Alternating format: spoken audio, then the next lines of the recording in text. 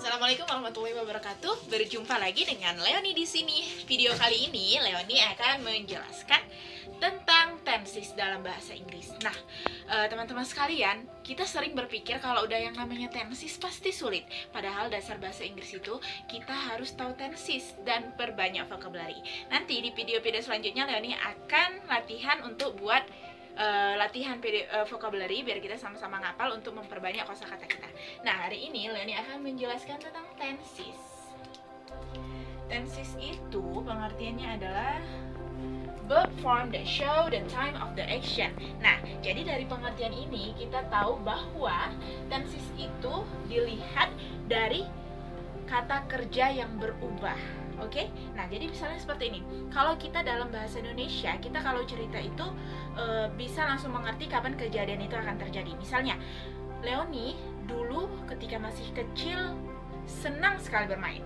Sekarang Leonie sedang mengajar di depan kelas dan besok Leonie berencana akan pergi ke pesta. Kita tahu kapan kejadian itu terjadi. Nah, kalau dalam bahasa Inggris kita tahunya dari mana ya? Nah, dalam bahasa Inggris kita tahu itu masa lampau, sekarang, dan akan kejadian yang akan terjadi di masa depan itu dari kata kerjanya yang berubah. Nah, dari sini sudah kita pahami bahwa tenses dilihat dari kata kerja di dalam sebuah kalimat. Nah, tenses itu terbagi menjadi dua. Yang pertama verbal dan nominal. Verbal, verb adalah kata kerja. Dan nominal adalah kalau kita singkat menjadi ana. Apa itu ana? Adjective, n-nya noun, dan a-nya adverb. Adjective itu apa aja? Sifat. Dan noun itu benda, adverb keterangan. Mungkin kebanyakan dari kita sudah mengerti pengertian dari adjective, noun, dan adverb. Nah, kalau kata kerja, gimana sih kita mengetahui bahasa Inggris itu kata kerjanya apa? Maksudnya kata kerja itu apa aja? Nah, kata kerja itu adalah sesuatu yang kita kerjakan. Contohnya, misalnya seperti Leonie. Leonie sekarang sedang mengajar. Mengajar bahasa Inggrisnya teach. Sedang mengajar, teaching. Nah, jadi bahasa kata kerja itu adalah yang kita kerjakan. Menulis juga kata kerja. Makan, kata kerja. Berlari, berjalan. Setiap hal yang kita kerjakan itu adalah kata kerja. Oke, kita masuk ke A, adjective, sifat. Nah, kalau sifat itu adalah kita sering bilang orang, ih sifatnya itu cantik kali, sifatnya sombong, sifatnya pemarah. Berarti sifat itu apa yang ada di dalam pikiran kita yang kita lihat itu sebagai karakteristik dia, sifat. Bisa ya, cantik, beautiful, ganteng, handsome, kita bisa perbanyak vocabulary. Nah, dan selanjutnya noun. Noun itu adalah kata benda. Kata benda adalah sesuatu yang kalau kita biasa tahu kata benda itu misalnya spidol, dinding, papan tulis, bahasa Inggrisnya dinding, wall, papan tulis, whiteboard, terus misalnya jam ataupun meja, kursi itu adalah benda. Tapi teman-teman sekalian, kata benda itu serupanya tidak hanya yang bisa kita lihat, tetapi kata benda itu juga bisa termasuk nama seseorang atau titel seseorang. Misalnya dia seorang dokter, guru, itu juga termasuk kata benda. Dan selanjutnya adverb, keterangan. Adverb itu banyak ya, ada keterangan waktu, keterangan tempat, keterangan sifat, dan banyak lagi. Nanti kita pelajari satu persatu.